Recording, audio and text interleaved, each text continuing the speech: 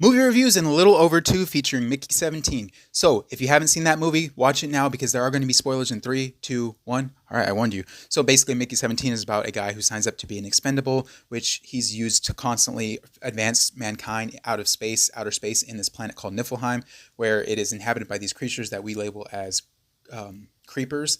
But anytime he's killed, a new version of himself is printed out with his memories so he can like further advance and try and get like basically overcome this planet so we can go on and overcome it. However, he is led by Mark Ruffalo, who I can't help but feel is like a parody of Donald Trump, even to the point where there's an assassination attempt and he's grazed by a bullet across his cheek. This character is dumb. He's very egotistical. He's driven by power.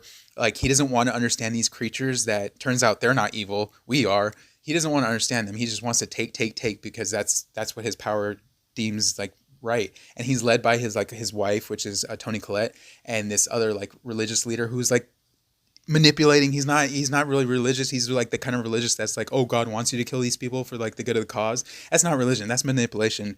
So this movie does get a little political. However, it's done like in a way that's like a satire and parody that you're like, wow, that can't happen in this real world. There's no way like Nazis would exist in this real world, right? Right. Anyways, there's also a law where clones can't exist with each other at the same time. It's punishable by death.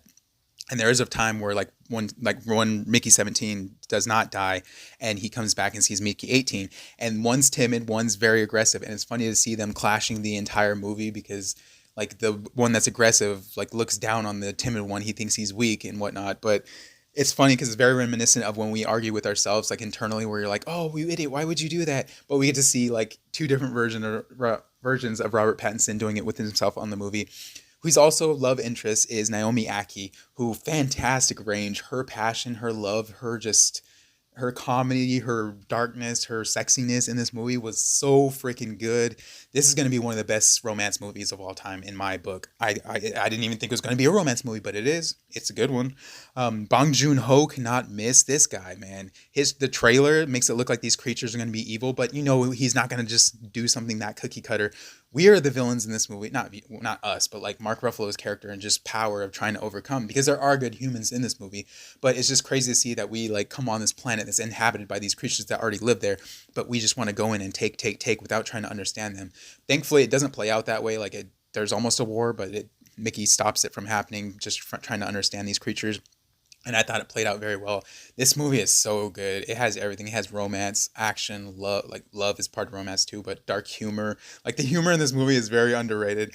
Highly recommend. 9.5 out of 10 for me. Go watch it. It is so good. You're not gonna regret it. Oh my gosh. Whoo, good movie.